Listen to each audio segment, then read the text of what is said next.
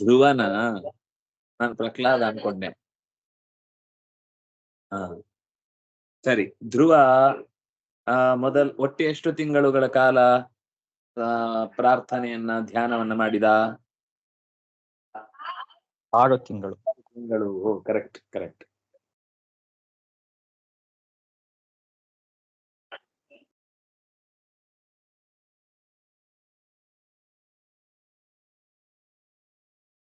ಒಂದೊಂದೇ ತಿಂಗಳಲ್ಲಿ ಒಂದೊಂದೇ ರೀತಿ ನಿಧಾನಕ್ಕೆ ಮೊದಲು ಹಸಿ ಎಲೆ ತಿಂತ ಇದ್ದವ ಒಣ ಎಲೆಗೆ ಹೋದ.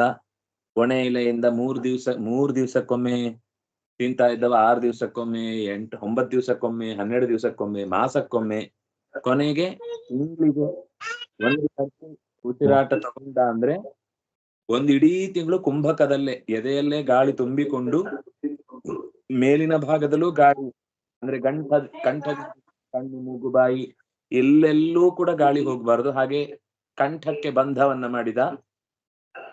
ಹಾಗೆ ಮೂಲಾಧಾರದಲ್ಲಿರುವಂತಹ ಅಲ್ಲಿಯ ದ್ವಾರವನ್ನು ಕೂಡ ಬಿಗಿಗೊಳಿಸಿ, ಹೃದಯದ ಮಧ್ಯದಲ್ಲಿ ಮೇಲೂ ಇಲ್ಲ ಕೆಳಗೂ ಇಲ್ಲ ಅನ್ನುವ ಸ್ಥಿತಿಯಲ್ಲಿ ಗಾಳಿಯನ್ನ ಬಿಗಿಗೊಳಿಸಿ ಭಗವಂತನನ್ನ ಧ್ಯಾನ ಮಾಡ್ತಾ ಇದ್ದಾನೆ. ಯಾವ ಮಂತ್ರದ ಧ್ಯಾನ?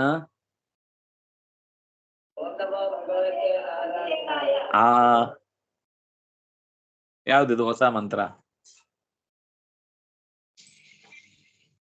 ನಮೋ ಭಗವತೆ ವಾಸುದೇವಾಯ. ಅಷ್ಟಾಕ್ಷರ ದ್ವಾದಶಾಕ್ಷರ ಮಂತ್ರ ಅಂತ ಅದಕ್ಕೆ ಹೆಸರು. ದ್ವಾದಶ ಅಕ್ಷರ ಅಂದ್ರೆ ಎಷ್ಟು? 12.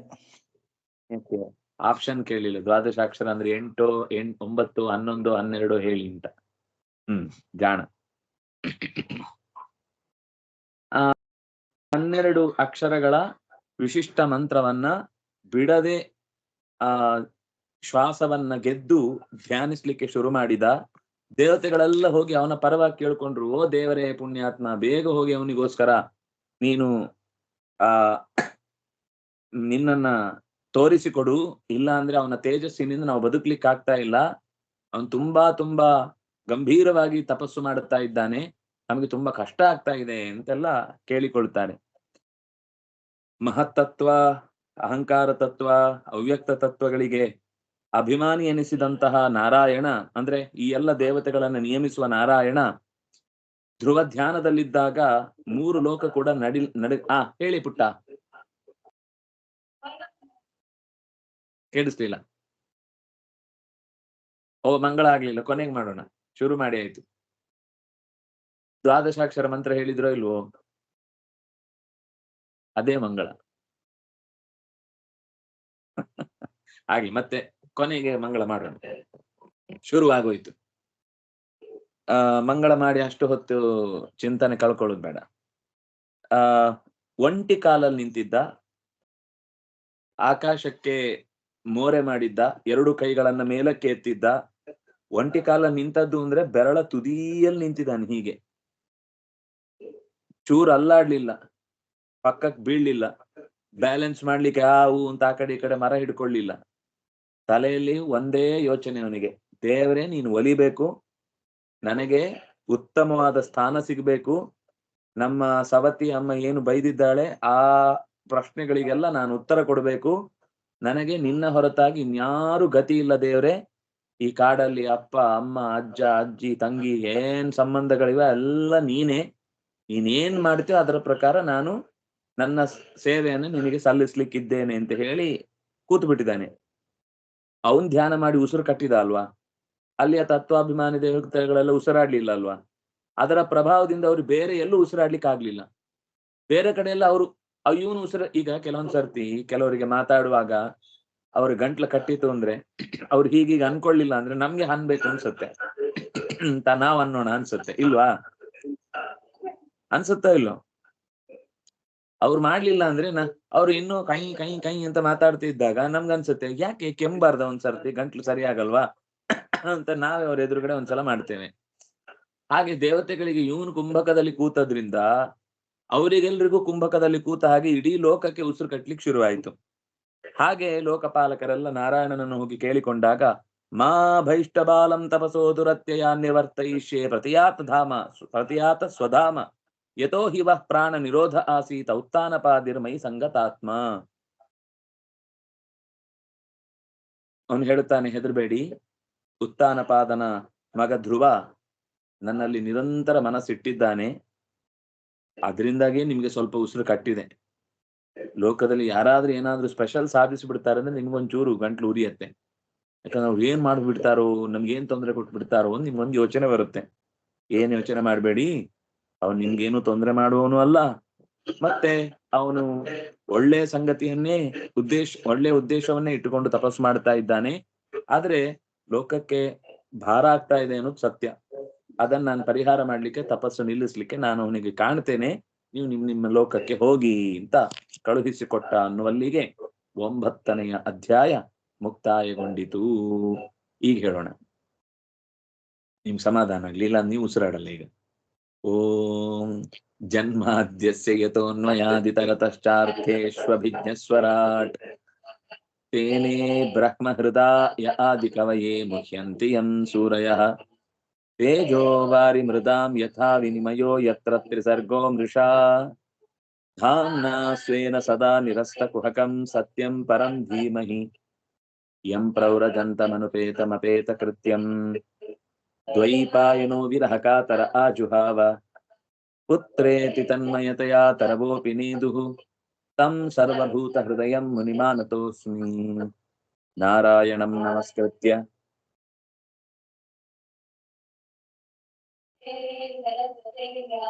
ತಥೋ ಗ್ರಂಥಮುದೀರಯೇ. 10ನೇ ಅಧ್ಯಾಯದಲ್ಲಿ ಗರುಡಾರೂಢನಾಗಿ ವಾಸುದೇವ ಓಡೋಡೋಡೋಡೋಡಿ ಬಂದ, ಅಂದ್ರೆ ಬೇಗ ಬಂದ ಅಂತ ಅರ್ಥ. ಬೇಗ ಬಂದವನು ಧ್ರುವನ ಮುಂದೆ ನಿಂತ. ಧ್ರುವ ಧ್ಯಾನದಲ್ಲಿದ್ದಾನೆ, ಕಣ್ತೆಗಿಲಿಲ್ಲ. ಹೃದಯ ಕಮಲದಲ್ಲಿದ್ದಂತಹ ರೂಪವನ್ನ ಭಗವಂತನೇ ಮರೆಮಾಚಿ ಅವನಿಗೆ ಕಾಣಿಸಿದ ಅಂತ ಇಷ್ಟು ಕಥೆ ಈ ಅಧ್ಯಾಯದಲ್ಲಿ ಬರುತ್ತೆ. ಮೈತ್ರೇಯರು ಹೇಳ್ತಾ ಇದ್ದಾರೆ, ತ ಏವ ಸಮುತ್ಪನ್ನ ಭಯಾವುರುಕ್ರಮೇ ಕೃತ ಪ್ರಣಾಮ ಪ್ರಯುಸ್ತ್ರಿವಿಷ್ಟಪಂ ಸಹಸ್ರ ಶೀರ್ಷಾಪಿ ತಥೋ ಗರುತ್ಮತ ಮಧೋರ್ವನಂ ಭೃತ್ಯ ದಿದೃಕ್ಷಯಾಗತಃ. ಪರಮಾತ್ಮ ಆಶ್ವಾಸನೆ ಕೊಟ್ಟ ಅಲ್ವಾ, ಈಗ ಧೈರ್ಯ ಬಂತು ದೇವತೆಗಳಿಗೆ. ದೇವ್ರು ಏನಾದ್ರೂ ಮಾತು ಕೊಟ್ಟ ಅಂದ್ರೆ ಒಂದು ತಪ್ಸಲ್ಲ. ನಮ್ಮಲ್ಲಿ ಈಗ ಆಶ್ವಾಸನೆ ಭರವಸೆ ಅಂದ್ರೆ ಅದು ನಡಿಯಲ್ಲ, ಸುಳ್ಳು ಅಂತ ಅನ್ನೋ ಅರ್ಥಕ್ಕೆ ಬಂದು ನಿಂತಿದೆ. ಯಾಕಂದ್ರೆ ಈ ರಾಜಕಾರಣಿಗಳ ಶಬ್ದ ಹೇಳಿ ಹೇಳಿ ಹೇಳಿ ಹೇಳಿ ಅದರ ಸತ್ವವೇ ಹೋಗಿಬಿಟ್ಟಿದೆ, ಸತ್ತೇ ಹೋಗಿದೆ ಆ ಶಬ್ದಗಳು. ಆದ್ರಿಂದ ನಮ್ಗೆ ನಂಬಿಕೆನೆ ಬರಲ್ಲ. ಆಶ್ವಾಸನೆನ ಆಯ್ತು ಬಂದ್ಮೇಲೆ, ನಾಳೆ ಬಂದ್ಮೇಲೆನೆ ಗ್ಯಾರಂಟಿ ಅನ್ಕೊಂಡು ಸುಮ್ನಾಗ್ತೀವಿ ನಾವು. ಆದ್ರೆ ದೇವರು ಕೊಟ್ಟ ಆಶ್ವಾಸನೆ ಹಾಗಲ್ಲ, ಅದು ನಡೆಯತ್ತೆ. ಹಾಗಾಗಿ ಧೈರ್ಯವಾಗಿ ದೇವತೆಗಳೆಲ್ಲ ತಮ್ಮ ತಮ್ಮ ಲೋಕಕ್ಕೆ ಹೋದ್ರು. ಸಹಸ್ರ ಶೀರ್ಷನಾದಂತಹ ವಾಸುದೇವ ಗರುಡನ ಮೇಲೆ ಕುಳಿತು ಭಕ್ತನಾದ ಧ್ರುವನನ್ನು ನೋಡ್ಲಿಕ್ಕೆ ಮಧುವನಕ್ಕೆ ಬಂದ. ನೆನ್ಪಿದ್ಯಾ ಎಲ್ಲಿ ಅವನು ತಪಸ್ಸಿ ಕೂತಿದ್ದ ಅಂತ? ಅವನು ಕೂತಿದ್ದ ಜಾಗದ ಹೆಸರು ಮಧುವನ.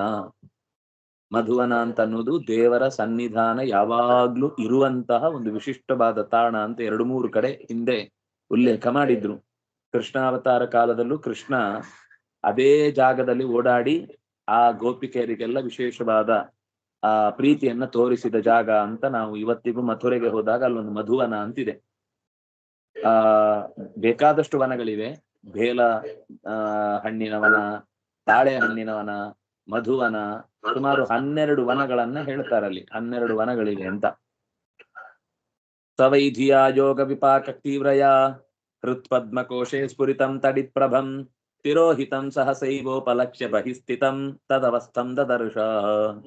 ಧ್ಯಾನದ ಅಭ್ಯಾಸ ಮಾಡ್ತಾ ಇದ್ದದ್ರಿಂದ ಅವನಿಗೆ ಹೊರಗಿನ ಪ್ರಪಂಚದಲ್ಲಿ ಮಳೆ ಬರ್ಲಿ, ಬಿಸಿಲು ಬರ್ಲಿ, ಗಾಳಿ ಬರ್ಲಿ, ಚಳಿಯಾಗ್ಲಿ, ಸಿಡಿಲು ಬೀಳ್ಲಿ, ಅಥವಾ ಇನ್ಯಾರೋ ಕಿಟಾರ್ ಅಂತ ಕಿರಿಚ್ಕೊಳ್ಳಿ, ಪಿಶಾಚಿಗಳೆಲ್ಲ ತಮಗೆ ತೋಚಿದ ಆಕೃತಿಯಲ್ಲಿ ನಿಂತುಕೊಂಡು ವಿಕಾರವಾಗಿ ಕುಣಿತ ಅವನ ಮುಂದೆ ಕೇಕೆ ಹಾಕ್ಲಿ, ಅವನು ಅಲ್ಲಾಡ್ಲಿಲ್ಲ. ಅಚಲವಾದ ಬುದ್ಧಿಯಿಂದ ಹೃದಯ ಕಮಲದಲ್ಲಿ ಮಿಂಚು ಬಂದ್ರೆ ಹೇಗೆ ಬೆಳಕಿರುತ್ತೋ ಆ ಬೆಳಕಿನ ಸ್ವರೂಪದಲ್ಲಿ ಹೃದಯದಲ್ಲಿ ವಾಸುದೇವ ರೂಪವನ್ನ ಧ್ಯಾನ ಮಾಡುತ್ತಾ ಇದ್ದಾನೆ. ಆದ್ರೆ ತಿರೋಹಿತಂ ಸಹಸೈವೋಪಲಕ್ಷ್ಯ. ತಿರೋಹಿತಂ ಅಂದ್ರೆ ಇದ್ದಕ್ಕಿದ್ದಂತೆ, ಯಾಕಂದ್ರೆ ದೇವ್ರು ಬಂದು ಸುಮಾರು ಹೊತ್ತಾಯ್ತು, ನಾನು ಕಣ್ಣೇ ತೆಗಿಲಿಲ್ಲ. ದೇವ್ರಿಗೆ ನಿಂತು ನಿಂತು ಶಂಖಚಕ್ರ ಹಿಡ್ಕೊಂಡು ಸಾಕಾಯ್ತು. ಎಷ್ಟಪ್ಪ ಇವನು ಹೊತ್ತು ಇಲ್ಲೇ ನಿಂತಿರ್ತಾನೆ, ಹೀಗೆ ಇವನಿಗೆ ಕಣ್ ತೆಗೆದ್ರೆ ಮಾತ್ರ ಇವನಿಗೆ ಗೊತ್ತಾಗತ್ತೆ ಅಂತ ಹೇಳಿ ಒಳಗಿನ ರೂಪವನ್ನ ದೇವ್ರೆ ಅವನ ಹೃದಯದಲ್ಲಿ ಅವನು ಏನೊಂದು ರೂಪವನ್ನ ಧ್ಯಾನ ಮಾಡ್ತಾ ಇದ್ದ ಅದನ್ನ ಮಾಯ ಮಾಡಿ ಬಿಟ್ರು. ಒಳಗಿನ ರೂಪವನ್ನ ಮರೆ ಮಾಡಿ ಬಿಟ್ರು. ಮರೆ ಮಾಡಿದ ತಕ್ಷಣ ಬಹಿಸ್ಥಿತಂ ತದವಸ್ತಂ ದದರ್ಶ, ಕಣ್ ತೆಗೆದು ಬಿಟ್ಟ. ಯಾಕೆಂದ್ರೆ ಅವನು ಅದನ್ನ ನೋಡ್ಕೊಂಡು ಧ್ಯಾನ ಮಾಡ್ತಿದ್ದಲ್ವಾ, ಅದು ಒಂದೇ ಸರ್ತಿ ಮಾಯ ಆಯ್ತು ಅಂದಾಗ ಗಾಬರಿ ಆಯ್ತು. ಅರೆ ಎಲ್ಲೋಯ್ತು ದೇವರು ಅಂತ ಕಣ್ ತೆಗೆದ್ರೆ ತಾನು ಯಾವುದು ಹೃದಯದ ಮಧ್ಯದಲ್ಲಿ ಬೆಳಕಿನ ರೂಪವಾಗಿ ಭಗವಂತನನ್ನ ಚಿಂತಿಸ್ತಾ ಇದ್ನೋ ಅದೇ ಭಗವಂತನ ರೂಪ ಒರಿಜಿನಲ್, ಅಲ್ಲಿದ್ದು ಡೂಪ್ಲಿಕೇಟ್. ಯಾಕೆಂದ್ರೆ ಇವನ ಮನಸ್ಸೇ ಪೇಂಟ್ ಮಾಡಿದ ದೇವರ ರೂಪ ಅದು. ದೇವರಲ್ಲಿ ಬಂದು ಇದ್ದಾನೆ ಹೌದು, ಆದ್ರೆ ಕಾಣ್ಲಿಕ್ಕೆ ಮನಸ್ಸಿಗೆ ಶಕ್ತಿ ಇಲ್ಲ. ಯಾಕೆಂದ್ರೆ ಮನಸ್ಸಿಗೆ ಜಗತ್ತಿನಲ್ಲಿರುವ ವಸ್ತುವಿನಿಂದ ಉಂಟಾದ ವಸ್ತುವನ್ನ ಮಾತ್ರ ನೋಡ್ಲಿಕ್ಕೆ ಸಾಧ್ಯತೆ ಆಗುವುದು. ಆದ್ರೆ ಒಳಗಿನ ಕಣ್ಣಿನಿಂದ ಭಗವಂತನನ್ನು ಕಾಣಬೇಕಿತ್ತು. ಆದ್ರೆ ದೇವರ ಕರುಣೆ ಎಷ್ಟು ದೊಡ್ಡದು ಅಂದ್ರೆ ತಾನೇ ಸ್ವತಃ ಅವನ ಮುಂದೆ ಕಣ್ಣು ಬಿಟ್ಟು ನಿಲ್ಲುವಾಗ, ಅಂದ್ರೆ ಕಣ್ಣು ಬಿಟ್ಟು ನಿಂತಾಗ ದೇವರು ಕಂಡ. ಹೊರಗೆ ನಿಂತಿರುವುದು ನೋಡಿ ಆಶ್ಚರ್ಯ ಆಗಿ ಹೋಯ್ತು, ಸಂಭ್ರಮ ಆಗಿ ಹೋಯ್ತು ಅವನಿಗೆ. ಎಷ್ಟು ದಿವಸದಿಂದ ಈ ರೂಪವನ್ನ ನೋಡ್ಬೇಕು, ನಿಜವಾಗಿ ಕಂಡು ಸಂತೋಷ ಪಡಬೇಕು ಅಂತ ಅನ್ಕೊಂಡಿದ್ನೋ ಅದು ಕಣ್ಣ ಮುಂದೆ ಬಂದಾಗ, ಎಷ್ಟೋ ದಿವಸದ ನಂತರ ನಾವು ಏನೋ ಒಂದು ಅನ್ಕೊಂಡದ್ದಾದ್ರೆ ಹೇಗಿರುತ್ತೆ. ಒಂದು 10 ವರ್ಷಗಳ ಕಾಲ ಒಂದು ಕಾರ್ಯಕ್ಕಾಗಿ ನಾವು ಸಿದ್ಧತೆ ಮಾಡಿರ್ತೇವೆ, ಅದಕ್ಕೆ ಎಷ್ಟೆಷ್ಟೋ ಪ್ರಯತ್ನ ಮಾಡಿರ್ತೇವೆ, ಜೀವ ತೆಗೆದಿರ್ತೇವೆ. ಅಂತ ಸಂದರ್ಭದಲ್ಲಿ ಅದಕ್ಕೆ ಪಟ್ಟ ಕಷ್ಟಗಳೆಲ್ಲ ಒಂದು ಕ್ಷಣದಲ್ಲಿ ಪರಿಹಾರ ಆಗಿ ದೇವರ ಎದುರುಗಡೆ ಕಂಡ ಅಂದಾಗ ಎಂಥ ಸಂತೋಷ ಆಗುತ್ತೆ. ಆ ಸಂತೋಷದಲ್ಲಿ ಧ್ರುವ ಕಣ್ ತೆರೆದವನಿಗೆ ಏನ್ ಮಾಡ್ಬೇಕು ಗೊತ್ತಾಗ್ಲಿಲ್ಲ. ಮೊದಲು ಉದ್ದಂಡ ಪ್ರಣಾಮ ಮಾಡಿದ. ವಿನಮ್ಯ ದಂಡವತ್, ದಂಡ ಅಂದ್ರೆ ದೇಹವನ್ನ ಈಗ ಕೋಲನ್ನ ಹೀಗೆ ನಿಲ್ಲಿಸಿದ್ರೆ ಅದ್ ಬಿಟ್ರೆ ಹೇಗೆ ಡಬ್ ಅಂತ ಬೀಳುತ್ತೋ ಹಾಗೆ ಅಷ್ಟು ಭಕ್ತಿಯಿಂದ, ಅಂದ್ರೆ ದೇವರ ಕಾಲಿಗೆ ಬಿದ್ದು ನಮಸ್ಕಾರ ಮಾಡುವಾಗ ಎಲ್ಲಿ ಮೈ ಗಲೀಜಾಗುತ್ತೆ, ಎಲ್ಲಿ ಕಾಲ್ ಗಲೀಜಾಗುತ್ತೆ, ಎಲ್ಲಿ ತಲೆ ಗಲೀಜಾಗುತ್ತೆ ಅಂತ ನೋಡ್ಲಿಕ್ಕಿಲ್ಲ. ದೇವ್ರು ಎಲ್ಲಿದ್ದಾನೋ ಅಲ್ಲಿಗೆ ಕಾಲಿಗೆ ಅಡ್ಡ ಬಿದ್ದ. ನಾವು ಹೇಳುವ ಶಬ್ದ ಗಮನಿಸಿ, ಅಡ್ಡ ಬೀಳುವುದು ಅಂತೇವೆ ನಾವು. ದೇವರಿಗೆ ಅಡ್ಡ ಬೀಳುವುದು ಅಂದ್ರೆ ದಡ್ ಅಂತ ಬೀಳ್ಬೇಕು. ದೇವರ ಕಾಲಿಗೆ ಬಿದ್ದು ಕಾಲು ಮುರಿಯುವುದಲ್ಲ ದೇವರದ್ದು. ಕಾಲಿಗೆ ತಲೆಯನ್ನ ತಾಗುವ ಹಾಗೆ, ಅವನ ಸ್ಪರ್ಶ ಜ್ಞಾನವನ್ನ ಪಡೆಯುವ ಹಾಗೆ ನಮಸ್ಕರಿಸುವುದು. ಆಗ ಅವನ ಕಣ್ಣು ಭಗವಂತನ ರೂಪವನ್ನ ಹೀರುವ ಹಾಗೆ ಇತ್ತು. ಈ ಜೇನು ಹೂವಿನ ಮಧ್ಯದಲ್ಲಿ ಜೇನು ಹೀರುತ್ತಲ್ವಾ, ಹಾಗೆ ಅವನ ಕಣ್ಣು ಅನ್ನುವ ಜೇನು ಭಗವಂತನ ರೂಪ ಅನ್ನುವ ಮಧುವನ್ನ ಹೀರುವಷ್ಟು ಅಗಲವಾದ ಕಣ್ಣಿನಿಂದ ಬಿಡಿಸಿದ. ಹೌದಾ, ಇಷ್ಟು ಚೆನ್ನಾಗಿದ್ದಾನ ದೇವರು, ಇಷ್ಟು ಅದ್ಭುತವಾಗಿದ್ದಾನ ಅಂತ ಚುಂಬನ್ನಿವ ಪೂರ್ತಿ ದೇವರನ್ನು ಹೀರಿಯೇ ಬಿಡ್ತಾನು ಅನ್ನುವ ಹಾಗೆ ನೋಡ್ತಾ ಇದ್ದಾನೆ. ಕೈಯಿಂದ ಅವನಿಗೆ ದೇವರನ್ನು ಒಮ್ಮೆ ಮುಟ್ಟಿ ಆಲಂಗಿಸಬೇಕು ಅಂತ ಕೈ ಚಾಚಿ ನಿಂತಿದ್ದಾನೆ. ಆಗ ಸ್ತೋತ್ರ ಮಾಡ್ಬೇಕು ಅಂತ ಅನ್ನಿಸ್ತವನಿಗೆ. ಸತಂ ವಿವಕ್ಷಂತ ಮತ್ ಅತದ್ವಿದಂ ಹರಿಹಿ ಜ್ಞಾತ್ವಾಸ್ಯ ಸರ್ವಸ್ಯ ಹೃದಯವಸ್ಥಿತ ಕೃತಾಂಜಲಿಂ ಬ್ರಹ್ಮಮಯೇನ ಕಂಬುನಾಪಸ್ಪರ್ಶ ಬಾಲಂ ಕೃಪಯಾ ಕಪೋಲೆ. ಸ್ತೋತ್ರ ಮಾಡ್ಬೇಕು ಅಂತ ತುಂಬಾ ಉತ್ಸುಕವಾದ ದೃಷ್ಟಿಯಲ್ಲಿ ಬಾಯಿ ತೆಗಿತಾ ಇದ್ದಾನೆ, ಮಾತೇ ಬರ್ತಿಲ್ಲ. ಖುಷಿಯಾಗಿ ಬಿಟ್ಟಿದೆ, ಏನ್ ಹೇಳ್ಬೇಕು ಗೊತ್ತಾಗ್ತಿಲ್ಲ. ಅವ್ರು ಬಂದು ಮಾತಾಡಿಸ್ತಾರೆ ಅಂತ ನಂಬಿಕೆನೇ ಇಲ್ಲ. ನಮ್ಗೆ ಯಾರೋ ಒಬ್ರು ತುಂಬಾ ಇಷ್ಟದವರಿದ್ರು, ಅವರನ್ನ ನಾವು ಮಾತಾಡಿಸ್ಬೇಕು ಅಂತ ತುಂಬಾ ದಿವಸದ ಕನಸು. ಅವ್ರು ಸಿಗ್ತಾರೆ ಅನ್ನೋದೇ ಗೊತ್ತಿಲ್ಲ. ಅಕಸ್ಮಾತಾಗಿ ಒಂದ್ಸರ್ತಿ ಅವ್ರು ಕರೆದು ಬೆಂತಟ್ಟಿ ಏನಪ್ಪಾ ಹೇಗಿದ್ದೀ ಅಂತ ಕೇಳಿದಾಗ ನಮ್ಗೆ ಹೇಗಿರುತ್ತೆ ಆ ಭಾವ. ಅವರನ್ನು ನೋಡುದೇ ಹಬ್ಬ, ಅವ್ರ ಹತ್ರ ಬಂದದ್ದೇ ಹಬ್ಬ, ಅವರನ್ನು ಮುಟ್ಟಿ ಮಾತಾಡಿದ್ದೇ ಹಬ್ಬ. ಅವರೇ ಮಾತಾಡಿ ಬೆಂತಟ್ಟಿ ಕೇಳಿದಾಗ ಬಾಯೇ ಬರ್ಲಿಲ್ಲ. ಬಾಯಿ ಮುಚ್ಚಿಕ್ಕೆ ಸುಮ್ನೆ ಕಣ್ಣಲ್ಲಿ ದಳ ದಳ ದಳ ಅಂತ ನೀರು ಇಳಿತಾ ಇದೆ, ಮಾತೇ ಬರ್ಲಿಲ್ಲ. ಎಲ್ಲರ ಎದೆಯಲ್ಲಿ ಭಗವಂತ ಇದ್ದು ಅವನ ಒಳಗಿನ ಭಾವವೇನು ಅಂತ ಅವನಿಗೆ ಗೊತ್ತಿಲ್ವಾ? ಅವನಿಗೆ ಏನ್ ಕೇಳ್ಬೇಕಿದೆ ಅಂತ ದೇವರಿಗೆ ಗೊತ್ತಿದೆ. ಆದ್ರೆ ಅವನ ಬಾಯಲ್ಲೇ ಬರ್ಲಿ ಅಂತ ಅನ್ನೋದಕ್ಕೋಸ್ಕರ ಶಂಖವನ್ನ ನಿಧಾನಕ್ಕೆ ಅವನ ಕೆನ್ನೆಗೆ ಸವರಿದ. ನಿಧಾನಕ್ಕೆ, ಏನ್ ಪುಟ, ಯಾಕೆ ಏನು ಮಾತಾಡ್ಲಿಕ್ಕೆ ಆಗ್ತಿಲ್ವಾ? ತುಂಬಾ ಕಷ್ಟ ಆಗ್ತಿದ್ಯಾ ನನ್ನನ್ನು ನೋಡಿದ್ರೆ? ಅಷ್ಟು ಭಯಂಕರವಾಗಿದ್ದೇನಾ ಅಂತ ಅನ್ನೋ ತರ ಸುಮ್ನೆ ತಮಾಷೆಗೆ ಕೇಳಿದ. ಯಾಕೆ ಮಾತಾಡ್ತಾ ಇಲ್ಲ ನೀನು ಅಂತ ಮಾತಿನ ಅಭಿಮಾನಿ ದೇವತೆಯಾದ ಲಕ್ಷ್ಮಿಯಿಂದ ಕೂಡಿದ ಶಂಖವನ್ನ ಅವನ ಕೆನ್ನೆಗೆ ತಟ್ಟಿದ. ಕೂಡ್ಲೆ ಮಾತು ಹೊರಗ್ ಬಂತಲ್ವಾ. ಸವೈ ತದೈವ ಪ್ರತಿಪದ್ಯತಾಂ ಗಿರಂ ದೈವೀಂ ಪರಿಜ್ಞಾತ ಪರಾತ್ಮ ನಿರ್ಣಯ ತದ್ಭಕ್ತಿ ಭಾವೋಭ್ಯಗೃಣಾತ್ ಅಸತ್ವರಂ ಪರಿಶ್ರಿತೋರು ಶ್ರವಸಂ ಧ್ರುವಕ್ಷಿತಿಂ. ನಿರ್ಣಯಾತ್ಮಕವಾದ ಜ್ಞಾನ ಇದ್ದದ್ರಿಂದ ಭಗವಂತನನ್ನು ಹೇಗೆ ಪ್ರಾರ್ಥನೆ ಮಾಡಬೇಕು ಅಂತ, ಅಂದ್ರೆ ದೇವರ ಸ್ವರೂಪ ಏನು ಅಂತ ಅವನಿಗೆ ಸರಿಯಾದ ಚಿಂತನೆ ಇದ್ದದ್ರಿಂದ ರೋಮಾಂಚಿತನಾಗಿ ಬಿಟ್ಟ. ಆ ಸ್ಪರ್ಶದಿಂದ ಮೈಯೆಲ್ಲ ಪುಳಕಿತವಾಗಿ, ಬಹುಶಃ ಕೈಗೆ ಮಾತಾಡ್ಲಿಕ್ಕೆ ಬಿಟ್ರೆ ಕೈಯು ಮಾತಾಡ್ತಿತ್ತು, ಕಣ್ಣು ಮಾತಾಡ್ಲಿಕ್ಕೆ ಬಿಟ್ರೆ ಕಣ್ಣು ಮಾತಾಡ್ತಿತ್ತು, ಕಿವಿ ಮಾತಾಡ್ಲಿಕ್ಕೆ ಬಿಟ್ರೆ ಕಿವಿನೂ ಮಾತಾಡ್ತು. ಅಷ್ಟು ಖುಷಿ ಆಗ್ಬಿಟ್ಟಿದೆ ಅವನು ಮಾತಾಡ್ಬೇಕು ಅಂತ, ದೇವರನ್ನ ಸ್ತೋತ್ರ ಮಾಡಬೇಕು ಅಂತ. ಹೀಗೆ ಇಡೀ ದೇಹದಲ್ಲಿ ಎಲ್ಲ ಕಡೆಯೂ ದೇವರ ಗುಣದ ಬಗ್ಗೆ ಅವನಿಗೆ ಚಿಂತನೆ ಮಾಡುವ ಹುಮ್ಮಸ್ಸು ಹೆಚ್ಚಿ ಗುಣಗಳ ಗಣಿಯಾಗಿರುವಂತಹ ನಾರಾಯಣನನ್ನ ಹೀಗೆ ನಿಧಾನಕ್ಕೆ ಸ್ತುತಿಸತೊಡಗಿದ. ಧ್ರುವ ಉವಾಚ, ಇದನ್ನು ಹೇಳಿ, ಯೋಂತಃ ಪ್ರವಿಶ್ಯ ಮಮ ವಾಚಮಿಮಾಂ ಪ್ರಸುಪ್ತಾಂ ಸಂಜೀವಯತ್ಯಖಿಲ ಶಕ್ತಿಧರಸ್ವಧಾಮ್ನಾ ಅನ್ಯಾ ಸಂಜೀವಯತ್ಯಖಿಲ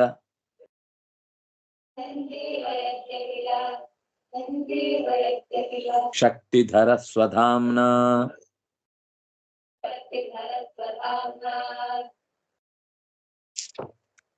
ಅನ್ಯಾಂಶ್ಚ ಹಸ್ತಚರಣ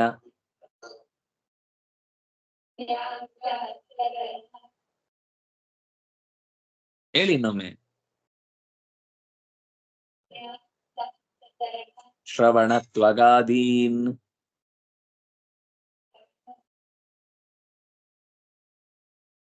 ಪ್ರಾಣಾನ್ ನಮೋ ಭಗವತೆ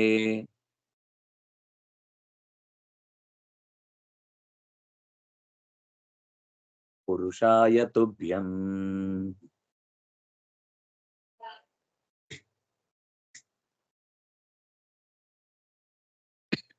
ಸ್ತೋತ್ರ ಮಾಡ್ಲಿಕ್ಕೆ ಅವನಿಗೆ ಶಕ್ತಿ ಇರ್ಲಿಲ್ಲ ಅನ್ನುವಷ್ಟು ಒಂಥರ ಬೆಪ್ಪನ ಹಾಗೆ ನಿಂತಿದ್ದ. ಹೇಳಬೇಕು ಅಂತ ಅವಕ ಇದೆ, ಬಾಯಿ ಬರ್ತಿರ್ಲಿಲ್ಲ. ಯಾವಾಗ ದೇವರ ಆ ಶಂಖದ ಸ್ಪರ್ಶ ಕೆನ್ನೆಗೆ ಮೆದುವಾಗಿ ತಾಕಿತು, ಒಳಗಿನಿಂದ ಎಲ್ಲ ಮಾತುಗಳು ಪ್ರವಾಹದ ಹಾಗೆ ಹೊರಿಲಿಕ್ಕೆ ಶುರುವಾಯಿತು. ಅವನ ಪ್ರಾರ್ಥನೆಯ ಸ್ವರೂಪವೇ ಗಮನಿಸಿ, ಯಹ ಅಂತಃ ಪ್ರವಿಶ್ಯ ಮಮ ವಾಚಮಿಮಾಂ ಪ್ರಸುಪ್ತಾಂ ಸಂಜೀವಯತಿ. ಯಾರ ಶಕ್ತಿ ನನ್ನ ಹೃದಯದ ಮಧ್ಯದಲ್ಲಿ ಪ್ರವೇಶ ಮಾಡಿ ಮಲಗಿದ್ದ ನನ್ನ ಮಾತಿನ ಶಕ್ತಿಯನ್ನ ಎಬ್ಬಿಸಿದನೋ, ಯಾರು ಅಖಿಲ ಶಕ್ತಿಧರ ಸ್ವಧಾಮ್ನ, ತನ್ನ ಸ್ವಶಕ್ತಿಯಿಂದಲೇನೆ ಜಗತ್ತಿನ ಎಲ್ಲ ಶಕ್ತಿಯನ್ನ ತನ್ನೊಳಗೆ ಇರಿಸಿಕೊಂಡು ನಮ್ಮನ್ನ ಹೇಗೆ ಬೇಕೋ ಹಾಗೆ ಮಾತನಾಡಿಸಬಲ್ಲವನು, ಅನ್ಯಾಂಶ್ಚ, ಕೇವಲ ಮಾತನ್ನ ಮಾತ್ರ ಎಬ್ಬಿಸಿದ್ದಲ್ಲ, ಶ್ರವಣ ಹಸ್ತ ಚರಣ ಶ್ರವಣ ತ್ವಕ್ ಮೊದಲಾದ, ಹಸ್ತ ಅಂದ್ರೆ ಕೈ, ಚರಣ ಅಂದ್ರೆ ಕಾಲು, ಶ್ರವಣ ಅಂದ್ರೆ ಕಿವಿ, ತ್ವಕ್ ಅಂದ್ರೆ ಚರ್ಮ ಮೊದಲಾದ ಎಲ್ಲ ಇಂದ್ರಿಯಗಳನ್ನು ಯಾರ ಪ್ರೇರಣೆಯಿಂದಲೇ ಈ ದೇಹ ಚೆನ್ನಾಗಿ ಚಟುವಟಿಕೆಯಲ್ಲಿ ಇಟ್ಟುಕೊಳ್ಳುತ್ತೋ ಅಂತಹ ಎಲ್ಲವನ್ನ ಪ್ರೇರೇಪಿಸುವ ಪ್ರಾಣ ಸ್ವರೂಪನಾದ ಓ ಭಗವಂತನೇ, ತುಭ್ಯಂ ನಮಃ, ನಿನಗೆ ನನ್ನ ನಮಸ್ಕಾರ ಅಂತ ಸ್ತೋತ್ರ ಮಾಡ್ತಾನೆ. ಎಲ್ಲ ಇಂದ್ರಿಯಗಳನ್ನ ಚೈತನ್ಯಪೂರ್ಣವಾಗಿಸುವಂತಹ ನಿನಗೆ ನೀನೇ ಮಾತಾಡಿಸ್ಬೇಕಷ್ಟೇ ಹೊರತು ನಾನ್ ಮಾತಾಡ್ತೇನೆ ಅಂತ ಅನ್ನೋದು ನನ್ನ ದಡ್ಡತನ.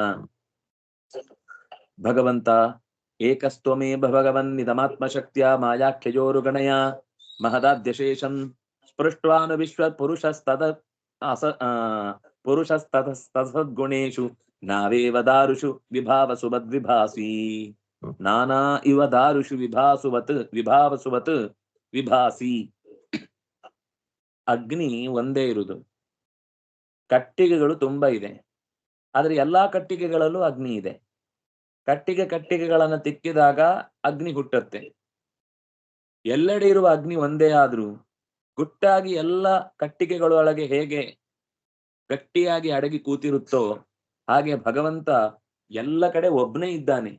ಆದ್ರೆ ಎಲ್ಲಾ ಇಂದ್ರಿಯಗಳಿಗೆ ಯಾವಾಗ ಹೇಗೆ ಬೇಕೋ ಹಾಗೆ ಪ್ರೇರಣೆ ನೀಡುವ ಶಕ್ತಿಯಾಗಿ ನೀನಿದ್ದಿ. ಸತ್ವಾದಿ ಗುಣಯುಕ್ತನಾದ ನೀನು ನಿನ್ನ ಅಧೀನವಾದ ಪ್ರಕೃತಿಯಿಂದ ಮಹದಾದಿ ತತ್ವಗಳಿಂದ ಸಕಲ ಪ್ರಪಂಚವನ್ನ ಸೃಷ್ಟಿ ಮಾಡಿ ಅದರೊಳಗೆ ಪ್ರವೇಶ ಮಾಡ್ತಿ. ಪ್ರಕೃತಿಯ ಸತ್ವಾದಿ ಗುಣಗಳಿಂದ ಸತ್ವ ರಜಸ್ಸು ತಮಸ್ಸು ಅನ್ನೋದು ಮೂರೂ ಗುಣಗಳು ಬೇರೆ ಬೇರೆ ಕಾರ್ಯರೂಪಗಳಲ್ಲಿ ಕೆಲಸ ಮಾಡುತ್ತೆ. ಒಂದು ಕಟ್ಟಿಗೆ ಹೊಗೆಯನ್ನು ಕೊಡುತ್ತೆ, ಬೆಂಕಿಯನ್ನು ಕೊಡುತ್ತೆ, ಕೊನೆಗೆ ಅದರಲ್ಲಿ ಇದ್ದಿಲು ಇದೆ. ಮೂರೂ ಕೆಲಸ ಇದೆ ಅದರಲ್ಲಿ. ಹೊಗೆ ಅನ್ನೋದು ಒಂಥರ ರಜಸ್ಸು, ಬೆಂಕಿ ಅನ್ನೋದು ಸತ್ವ, ಅದರ ಬೂದಿ ಕಟ್ಟಿಗೆ ಅಂತ ಅನ್ನೋದು ತಮಸ್ಸು. ಹಾಗೆ ಒಂದೇ ವಸ್ತುವಿನಲ್ಲಿ ಮೂರೂ ಕೆಲಸಗಳು ಆಗ್ತಾ ಇರುತ್ತೆ. ಇದು ನಿನ್ನಿಂದಲೇ ಪ್ರೇರಣೆ ಆಗುವುದರಿಂದ ಆಗುವುದು. ಹೇ ದೀನಬಂಧೋ, ಸೃಷ್ಟಿಯ ಆರಂಭದಲ್ಲಿ ನೀನಿತ್ತ ಜ್ಞಾನದಿಂದಲೇನೆ ನಿನ್ನನ್ನು ಮೊರೆ ಹೊಕ್ಕಂತಹ ಚತುರ್ಮುಖ ನಿದ್ದೆಯಿಂದ ಎದ್ದು ಈ ಜಗತ್ತನ್ನ ಹೇಗೆ ಸೃಷ್ಟಿ ಮಾಡಬೇಕು ಅಂತ ಪ್ರಶ್ನೆ ಮಾಡಿ ಉತ್ತರ ಕಂಡುಕೊಂಡ. ಮುಕ್ತರಿಗೂ ಆಶ್ರಯ ನೀಡುವ ನಿನ್ನ ಪಾದದಲ್ಲಿ ನಾನು ಮನಸ್ಸಿಟ್ಟಿದ್ದೇನೆ. ಇನ್ಯಾವತ್ತು ಮರೆಯುವಂತಾಗುವುದು ಬೇಡ. ಮರೆಯುವಂತಾಗಿ ಬಿಟ್ರೆ ಅದರಷ್ಟು ಕೃತಜ್ಞನ ಜಗತ್ತಿನಲ್ಲಿ ಇನ್ನೊಬ್ಬ ಇದ್ದಾನ? ಯಾಕೆಂದ್ರೆ ನೀನು ಕೇಳಿದ್ದನ್ನು ಕೊಡುವ ಕಲ್ಪವೃಕ್ಷ.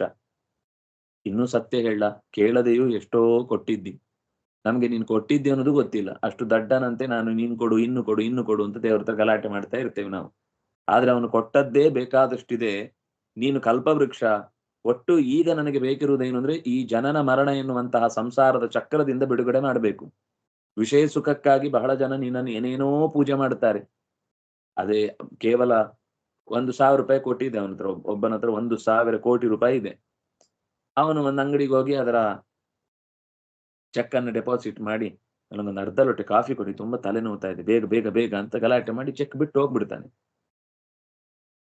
ಹಾಗೆ ಅನೇಕ ಜನ ನಿನ್ನನ್ನ ಪ್ರಾರ್ಥನೆ ಮಾಡಿ ಒಲಿಸಿಕೊಂಡು ಸಂಸಾರದಲ್ಲಿ ನನಗೆ ಸುಖ ಬೇಕು ಅಂತ ಕೇಳಿಕೊಂಡು ವಿಷಯ ಪದಾರ್ಥಗಳ ಸೌಖ್ಯವನ್ನು ಕೇಳಿ ಹೋಗ್ತಾ ಇರೋದು. ಹೇಗೆ ಅಂದ್ರೆ ಸಾವಿರಾರು ಕೋಟಿ ಬೆಲೆ ಬಾಳುವ ಚೆಕ್ಕಿಗೆ ಅರ್ಧ ಲೋಟ ಕಾಫಿ ಕೇಳಿದ ಹಾಗೆ.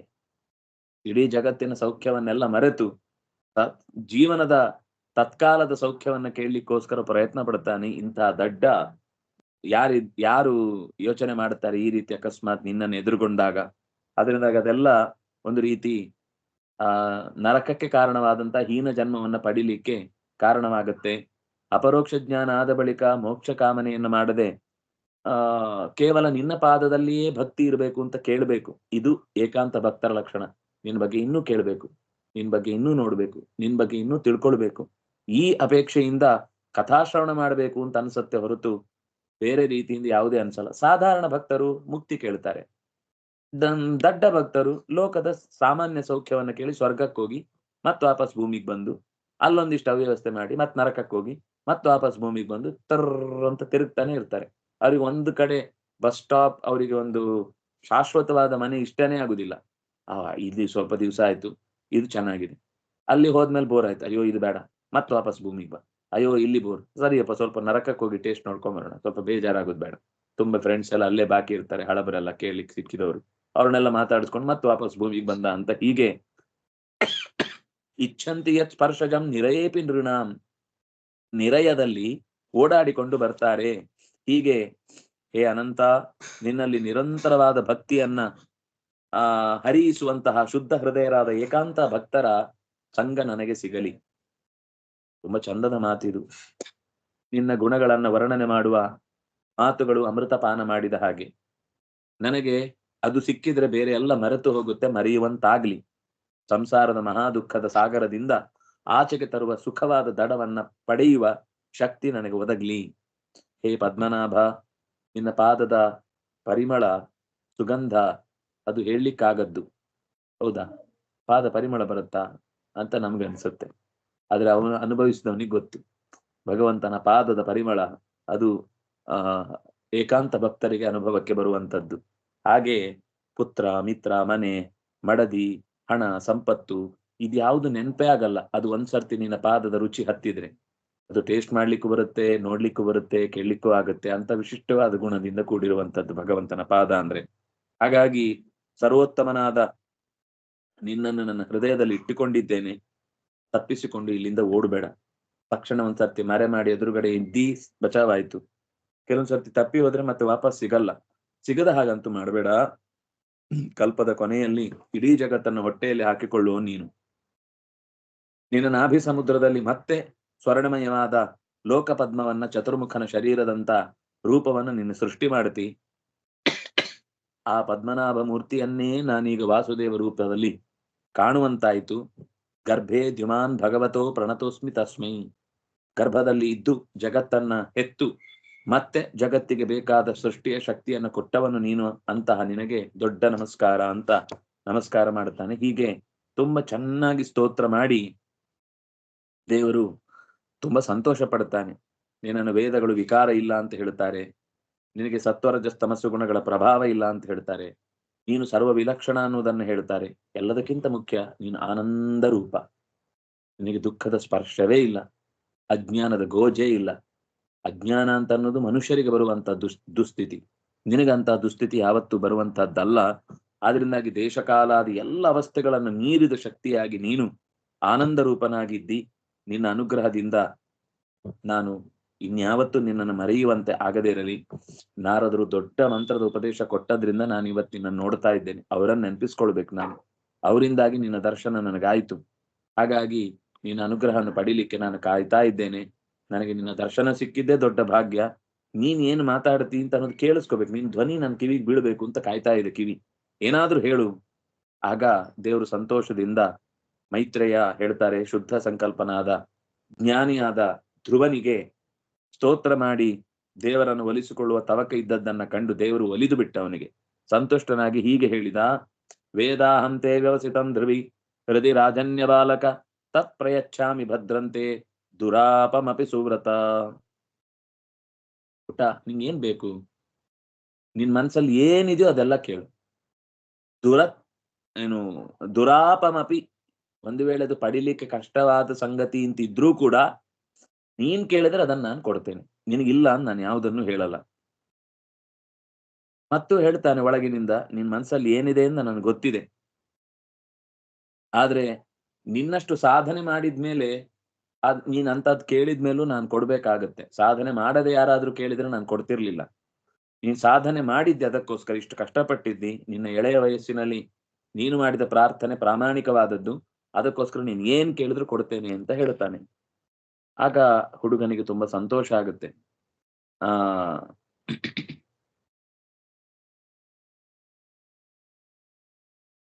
ದೇವರೇ ಅವನ ಮಾತನ್ನು ಮುಂದುವರಿಸಿಕೊಂಡು ಹೇಳ್ತಾರೆ, ನಿನಗೇನಿದೆ ಮನಸ್ಸಿನಲ್ಲಿ?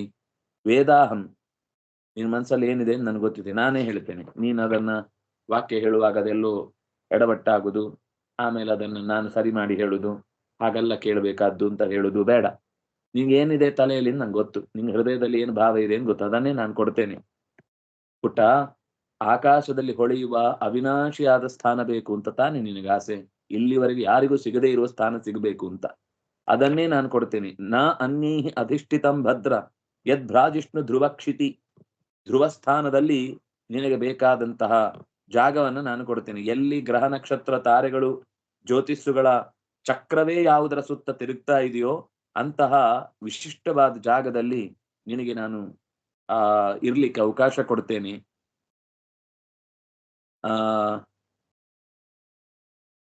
ಎಲ್ಲ ಋಷಿಮುನಿಗಳು ಕೂಡ, ದೊಡ್ಡ ದೊಡ್ಡ ಜ್ಞಾನಿಗಳು ಕೂಡ, ನಕ್ಷತ್ರ ದೇವತೆಗಳು ಕೂಡ ಈ ಸ್ಥಾನಕ್ಕೆ ಪ್ರದಕ್ಷಿಣೆ ಬರಬೇಕು. ಅಂತಹ ಜಾಗವನ್ನ ನಾನು ನಿನಗೆ ಕೊಡ್ತೇನೆ, ಅಂತಹ ಸ್ಥಾನದಲ್ಲಿ ನೀನು ಇರ್ಲಿಕ್ಕೆ ಅವಕಾಶ ಮಾಡ್ತೇನೆ ಅಂತ ಹೇಳ್ತಾನೆ. ಪ್ರಸ್ಥಿತೇತುವನಂ ಪಿತ್ರ ದಗ್ಧ್ವಾ ದತ್ವಾಗಾಂ ಧರ್ಮ ಸಂಶಯ 36 ವರ್ಷ ಸಹಸ್ರಂ ರಕ್ಷಿತಾ ಅವ್ಯಾಹತೇಂದ್ರಿಯ. ನಿನ್ನ ತಂದೆ ನಿನಗೆ ರಾಜ್ಯ ಕೊಟ್ಟ ಮೇಲೆ ನೀನು, ಅವನು ಕಾಡಿಗೆ ಹೋಗ್ತಾನೆ ರಾಜ. ಯಾರು ಕಾಡಿಗೆ ಹೋಗುದು? ಉತ್ತಾನಪಾದ ಕಾಡಿಗೆ ಹೋದ ಮೇಲೆ ನೀನು 36,000 ವರ್ಷಗಳ ಕಾಲ ಭೂಮಿಯನ್ನು ಆಳ್ಬೇಕು. ನಮ್ಗೆ 36 ವರ್ಷನೇ ಕಷ್ಟ ಆಗುತ್ತೆ. 36,000 36,000 ದಿನ ಬದುಕ್ತೇವೆ ನಾವು ಒಟ್ಟು ಮನುಷ್ಯ. ಹೇಗೆ ಗೊತ್ತಾ? 360 ಅಂತ ಇಟ್ಕೊಳ್ಳಿ, ಒಂದು ವರ್ಷ ಅಂದ್ರೆ. ಒಬ್ಬ ಮನುಷ್ಯ ಅಂದಾಜು 100 ವರ್ಷ ಬದುಕ್ತಾನೆ ಅಂತ ಒಂದು ನಿಯಮ. ಬದುಕ್ತಾರೆ ಅಂತ ಗ್ಯಾರಂಟಿ ಇಲ್ಲ. ಬದುಕಿದ್ರೆ ಅಕಸ್ಮಾತ್ 100 × 360 ಎಷ್ಟು? 36,000 ದಿನ. ಅಂದ್ರೆ ಒಬ್ಬ ಮನುಷ್ಯ ಸಾಮಾನ್ಯ 36,000 ದಿನ ಬದುಕ್ತಾನೆ. ಅವರಿಗೆ, ದೇವತೆಗಳಿಗೆ, ಒಂದು ವರ್ಷ ಅಂದ್ರೆ ಒಂದು ದಿನ ಇದ್ದ ಹಾಗೆ. ಹಾಗಾಗಿ ಅವರು 36,000 ವರ್ಷಗಳ ಕಾಲ ಭೂಮಿಯನ್ನು ಆಳುವ ಅಧಿಕಾರ ಭಗವಂತ ಅವರ ಕೈ ಕೊಟ್ಟ. 100 ವರ್ಷ ಚೆನ್ನಾಗಿ ಆಳು ಮಗನೇ ಅಂತ. ಅದರದ್ದು 100 ವರ್ಷ ಅನ್ನೋದು ನಮ್ಮ ಲೆಕ್ಕಕ್ಕೆ ಎಷ್ಟು ಅಂದ್ರೆ 36,000 ವರ್ಷ. ಇಷ್ಟನ್ನ ಆಳುವುದಷ್ಟೇ ಅಲ್ಲ, ನೀನು ಇಂದ್ರಿಯ ಶಕ್ತಿ ನಿನಗೆ 36,000 ವರ್ಷದಲ್ಲಿ, ಅಯ್ಯೋ 10 ವರ್ಷ ಆದ್ಮೇಲೆ ನಿಧಾನಕ್ಕೆ ಕಣ್ಣೆಲ್ಲ ಮಬ್ಬಾಗುತ್ತೆ, ಕಿವಿಯೆಲ್ಲ ಕೆಪ್ಪಾಗುತ್ತೆ, ಬಾಯೆಲ್ಲ ತೊದಲಿಕ್ಕೆ ಶುರುವಾಗುತ್ತೆ, ಕೈಕಾಲೆಲ್ಲ ನಡುಗ್ಲಿಕ್ಕೆ ಶುರು ಆಗುತ್ತೆ. ಕೈ ದಂಟೆ ಹಿಡ್ಕೊಂಡ್ರೆ ದಂಟೆನೇ ಮುರಿದು ಬೀಳುವಷ್ಟು ಭಾರ ಅದ್ರ ಮೇಲೆ ಬಿದ್ದು ಉಳಿದವರೆಲ್ಲ ಬೈಕೋತಾರೆ. ಯಾಕ್ರಿ ಬೇಕು ನಿಮ್ಗೆ ಇಷ್ಟು ವಯಸ್ಸಾದ್ಮೇಲೆ ಓಡಾಡೋ ಕೆಲಸ ಅಂತ ಬೈಕೊಳ್ಳುವಾಗ ಆಗುತ್ತೆ. ಇಂಥ ಯಾವ ಇಂದ್ರಿಯ ಶಕ್ತಿಯ ಹೀನತೆಯೂ ಕೂಡ ನಿಮ್ಗೆ ಆಗಲ್ಲ, ನಿಮ್ಗೆ ಅಂತ ತೊಂದರೆನೇ ಬರಲ್ಲ. ತ್ವದ್ಭ್ರಾತರ್ಯುತ್ತಮೇ ನಷ್ಟೇ ಮೃಗಯಾಯಾಂತು ತನ್ಮನಃ ಅನ್ವೇಷತಿ ವನಂ ಮಾತಾ ಧಾವಾಗ್ನಿಂ ಸಾ ಪ್ರವೇಕ್ಷತಿ. ನಿನಗೆ ಒಂದು ಯೋಚನೆ ಇರ್ಬೋದು, 36,000 ವರ್ಷ ನನ್ನನ್ನು ವಿರೋಧಿಸಿದಂತಹ ಒಬ್ಳು ತಾಯಿ ಅಲ್ಲೇ ಇದ್ದಾಳೆ, ಅವಳು ಏನ್ ಮಾಡಿಯಾಳು ಅಂತ ಯೋಚನೆ ಬರ್ಬೋದು. ಒಂದು ವಿಶೇಷ ಏನ್ ಗೊತ್ತಾ, ಭಗವಂತ ಒಲಿದು ಬಿಟ್ಟ ಅಂದ್ರೆ ಆಮೇಲೆ ಜಗತ್ತೇ ವಿರುದ್ಧ ನಿಂತಿದ್ರು ಕೂಡ ಅದು ಕ್ಷಣ ಮಾತ್ರದಲ್ಲ ಅವನಿಗೆ ಶರಣಾಗುತ್ತೆ. ಇನ್ನು ಮಲತಾಯಿ ಏನು, ಅವಳು ನಿನ್ನನ್ನ ಬರುವಾಗ ಹೇಗೆ ಸ್ವಾಗತಿಸ್ತಾಳೆ ಅಂದ್ರೆ ನಿನ್ನನ್ನ ಕಳ್ಕೊಂಡದಕ್ಕವಳು ತುಂಬಾ ವ್ಯಥೆ ಪಡ್ತಾಳೆ. ಇನ್ನೂ ಒಂದು ಕಾರಣ ಇದೆ, ಅವಳ ಮಗ ಉತ್ತಮ ಅವನೊಂದ್ಸರ್ತಿ ಬೇಟೆಗೆ ಹೋಗಿ ಕಾಳ್ಗಿಚ್ಚಿನಲ್ಲಿ ಮಧ್ಯದಲ್ಲಿ ಸಾಯ್ತಾನೆ. ಆವಾಗ ಅವಳಿಗೆ ದಿಕ್ಕೇ ಇಲ್ಲ ಅಂತ ಆಗತ್ತೆ. ನಿನ್ನಲ್ಲೇ ತನ್ನ ಮಗನನ್ನ ಕಾಣ್ತಾಳೆ. ಆಮೇಲೆ ಸ್ವಲ್ಪ ದಿವಸ ಆದ್ಮೇಲೆ ಅವಳು ಕೂಡ ತಾನು ದೇಹವನ್ನ ತ್ಯಾಗ ಮಾಡ್ತಾಳೆ. ಇವನು ನಿನ್ನ ತಮ್ಮ ಉತ್ತಮ ಬೇಟೆ ಆಡಿ ಸಾಯ್ತಾನೆ. ಬೇಟೆಗೆ ಹೋದವನು, ಬೇಟೆ ಆಡ್ಲಿಕ್ಕೆ ಹೋದವನು ಬೇಟೆ ಆಡಿಯೇ ಸಾಯ್ತಾನೆ ಪ್ರಾಣಿಗಳ ಕೈಯಿಂದ. ಅಲ್ಲ, ಯಾರು, ಕುಬೇರನ ಅನುಚರರು ಗಂಧರ್ವರ ಕೈಯಲ್ಲಿ ಯುದ್ಧದಲ್ಲಿ ಸಾಯ್ತಾನೆ. ಆಮೇಲೆ ಅವಳನ್ನು, ಆ ಮಗುವನ್ನು ಹುಡ್ಕೊಂಡು ಈ ತಾಯಿ ಹೋಗ್ತಾಳೆ. ಹೋಗುವಾಗ ಅವಳು ಕಾಡಿನ ಬೆಂಕಿಯ ಮಧ್ಯದಲ್ಲಿ ತನ್ನ ದೇಹವನ್ನ ಅನಿವಾರ್ಯವಾಗಿ ತ್ಯಾಗ ಮಾಡುವ ಸ್ಥಿತಿಯಲ್ಲಿ ಸಾಯ್ತಾಳೆ. ಅದರಿಂದಾಗಿ ನಿನಗೆ ಆ ಮುಂದೆ ಏನಾಗತ್ತೆ, ಅವರನ್ನು ನೋಡ್ಕೊಳ್ಳೋದು ಹೇಗೆ, ಈ ಚಿಂತೆ ಇಲ್ಲ. ಅವರು ಹೀಗೆ ನಿನ್ನಿಂದ ತಾನಾಗೇ ದೂರ ಆಗ್ತಾರೆ. ನಿನ್ನ ಮಲತಾಯಿಯ ವಿರೋಧ ಇರುವುದಿಲ್ಲ.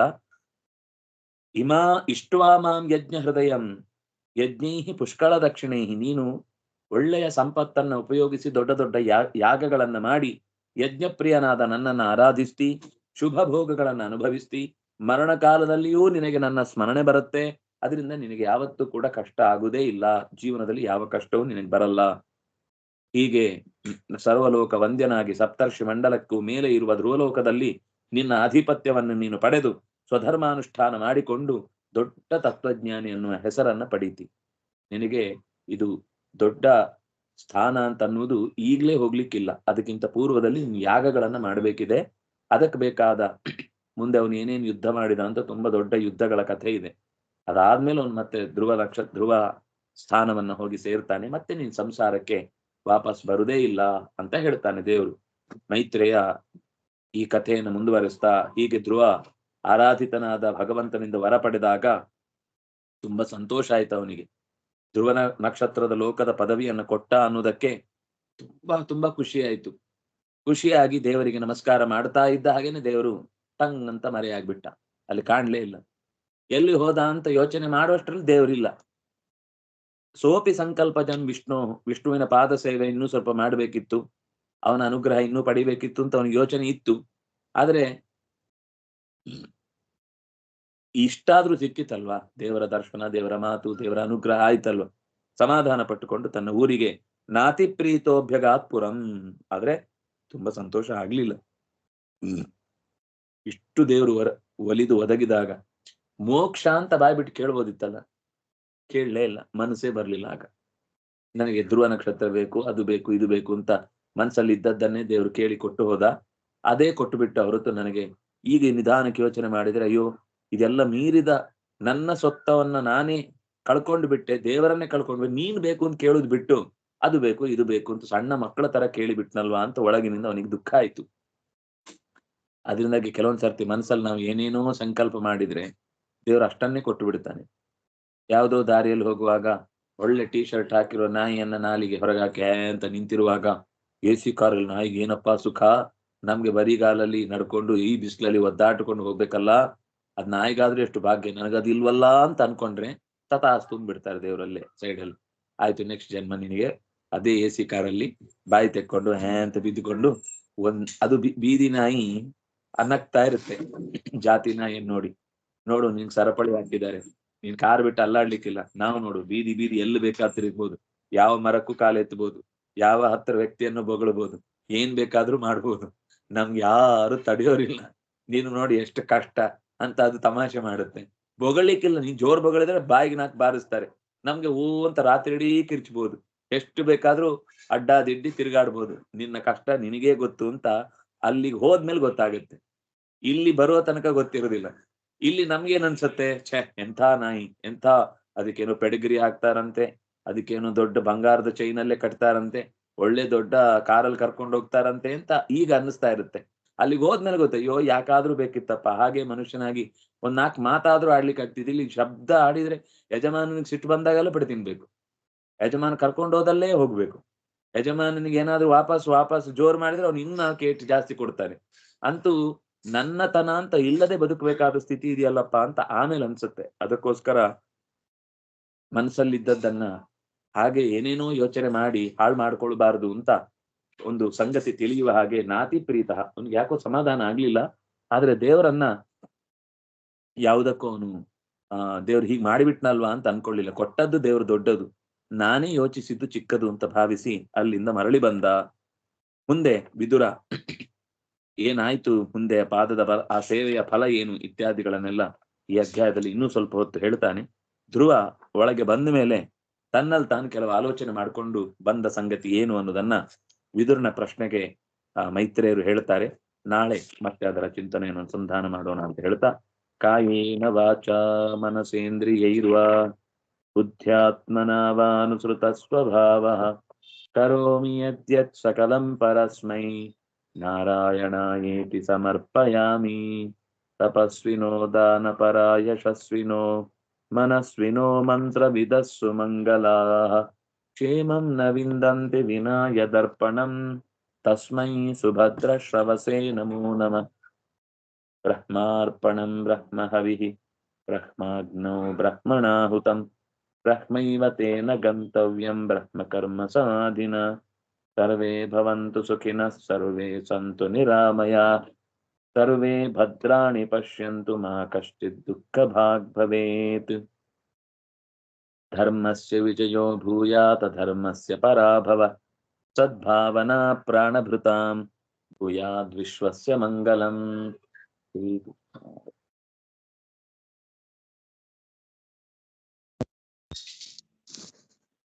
ಪೂರ್ವಕವಾದ ಕಾರ್ಯಗಳು